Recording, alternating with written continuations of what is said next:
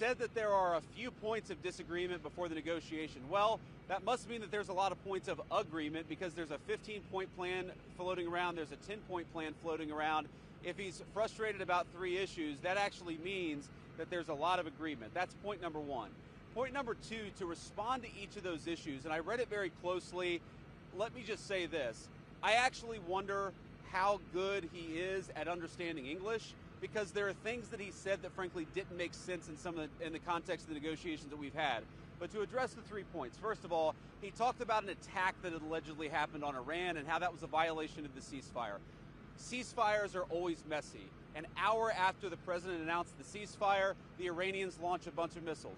Then the Israelis responded. Then some of the Gulf Arab states responded. This is the nature of a ceasefire. No ceasefire ever goes without a little bit of choppiness. What we have been very clear about is that we want to stop the bombing. We want our allies to stop the bombing, and we want the Iranians to do the same thing. We're seeing evidence that things are going in the right direction, but it's going to take a little time.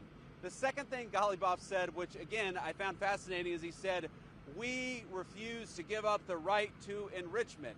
And I thought to myself, you know what?